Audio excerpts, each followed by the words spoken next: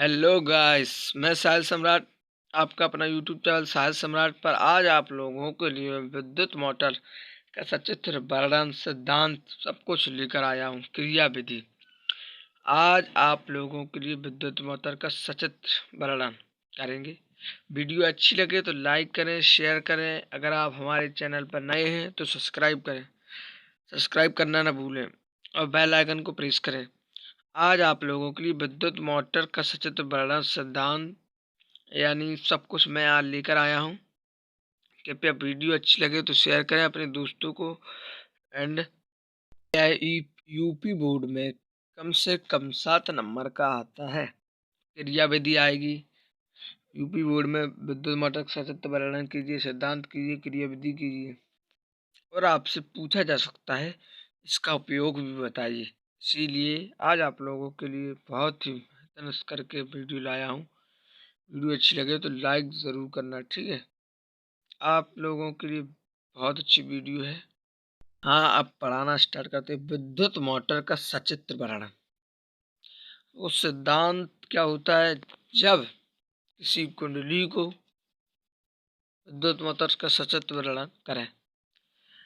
सिद्धांत विद्युत मोटर का सचित्र वर्णन करें या कीजिए। कुछ भी प्रकार से क्वेश्चन दिया जा सकता है। ये आपका फिगर है, ये आपको बनाना पड़ता है।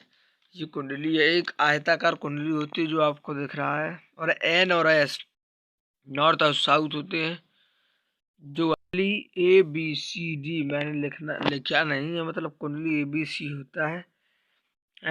और आप लोगों को ये विभक्त वलय आप लोग ब्रश का कार्य होता है, इसको साफ करना।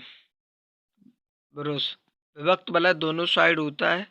जो पेन बता रहा हूँ मैं, उसके पास ये छड़ लगी है, एक उसको स्पर्श करता है और यह घूमती है। जब घूमती है तो इस प्रकार घूमती है कि आधा साइड हो जाता है। इसमें विभक्त वलय एक ही धारा प्रवाहित करता है। इसमें एक समान ही धारा प्रवाहित करता है एबीसीडी कुंडली में। सबसे पहले यह बैटरी प्लस माइनस, जो बड़ा होता है उस प्लस कहते हैं, जो छोटा तो माइनस। और यह स्विच लगा हुआ है। जब धारा प्रवाहित स्विच ऑन करेंगे तो धारा प्रवाहित होने लगेगी परपथ में। यहाँ से धारा आएगी विभक्त वलय से, विभक्त वलय के होकर गुजरेगी। इन दोनों विभक्त वलय से दोनों से धारा गुजरेगी और ये जो ओबीसी कुंडली है सो इससे चुंबकीय क्षेत्र उत्पन्न होगा और यह एक दूसरे से टकराकर ऐसे घूमने लगेंगी कि यह दोनों जो इसमें विभक्त वलय लगे हैं वो अपना स्थान बदलते रहते हैं। जैसा इसमें माइनस वाले माइनस और प्लस वाले में प्लस धारा मिलती रहती है। इस पूरी और यह कुंडली एक ही दिशा में तेजी से राउंड लगाते रहते हैं। आपको हम ये एक मतलब अभी थ्रू करके दिखाऊंगा, जो कोई वीडियो के तहत लिखने के आपको ये सब लिखना है। और लिखने के बाद आपको लिखना है सिद्धांत। जब किसी कुंडली को सिद्धांत बोले कि जब किसी कुंडली को चुंबकीय क्षेत्र में रखकर उसमें विद्युत धारा प्रवाहित की जाती है। जब किसी कुंडली को चुंबकीय क्षेत्र में रखकर उसमें विद्युत धारा प्रवाहित की जाती है तो कुंडली पर एक बल युग्म कार्य करने लगता है, जो कुंडली को उसके अक्ष पर घुमाने का प्रयास करता है। यदि कुंडली उस अक्ष पर स्वतंत्र होती है और हम कुंडली को दो चुंबकीय क्षेत्र की दिशा में रखेंगे और अगर हम बैटरी से विद्युत धारा प्रवाहित करेंगे, चुंबकीय क्षेत्र की दिशा में रखेंगे, अगर हम बैटरी से विद्युत धारा प्रवाहित करेंगे, अंदर जाएगी और इन दोनों सिरों से विद्युत धारा अंदर जाएगी और यहाँ से विद्युत धारा प्रवाहित करते ही ये अपने अक्ष पर घूमने लगेगी। यही इसका सिद्धांत है। यदि हम कुंडली को विद्युत धारा के जब किसी कुंडली में चुंबकीय क्षेत्र में रखकर उसमें विद्युत धारा प्रवाहित की जाती है तो कुंडली पर एक बल युग्म कार्य करने लगता है, जो कुंडली उसकी अक्ष पर घूमने का कार्य करने का प्रयास करता है। यदि कुंडली अपने अक्ष पर घूमने के लिए स्वतंत्र हो तो वह घूमने लगती है।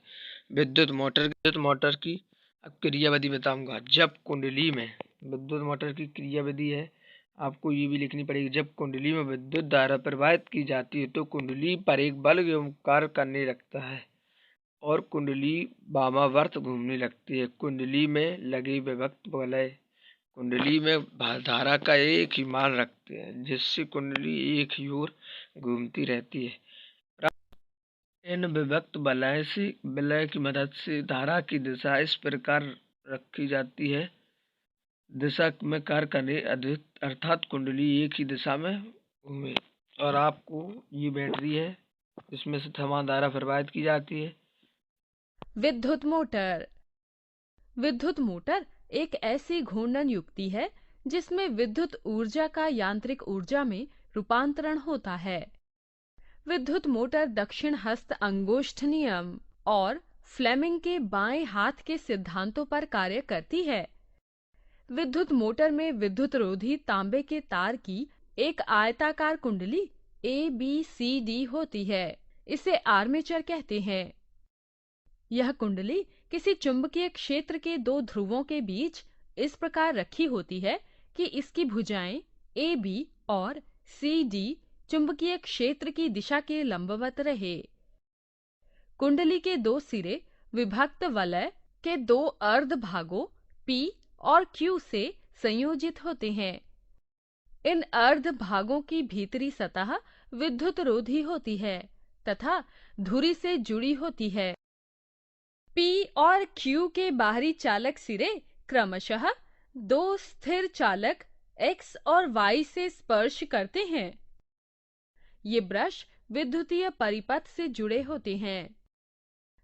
बैटरी से चलकर चालक X से होते हुए विद्युत धारा कुंडली ABCD में प्रवेश करती है तथा चालक से होते हुए बैटरी के दूसरे टर्मिनल पर वापस आ जाती है।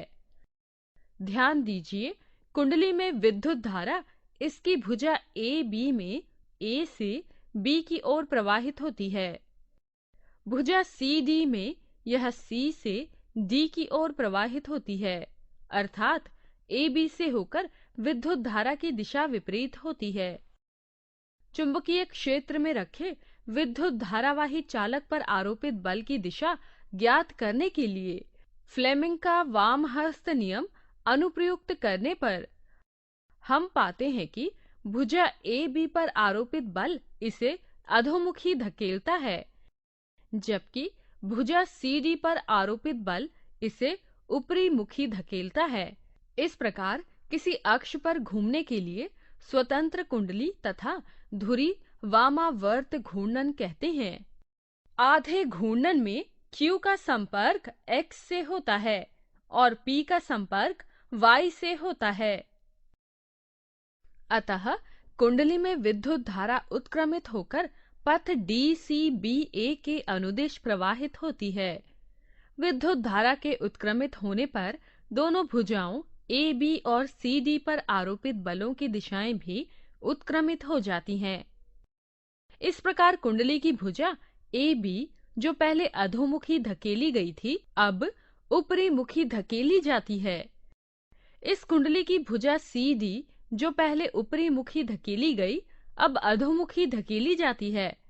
अतः कुंडली तथा धुरी उसी दिशा में अब आधा घूर्णन और पूरा कर लेती है।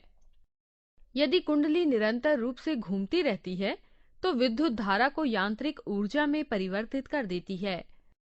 यदि विन्यास किसी DC का उपयोग करता है तो यह DC मोटर कहलाती है। यदि विन्यास किसी AC का उपयोग करता है तो यह AC मोटर कहलाती है।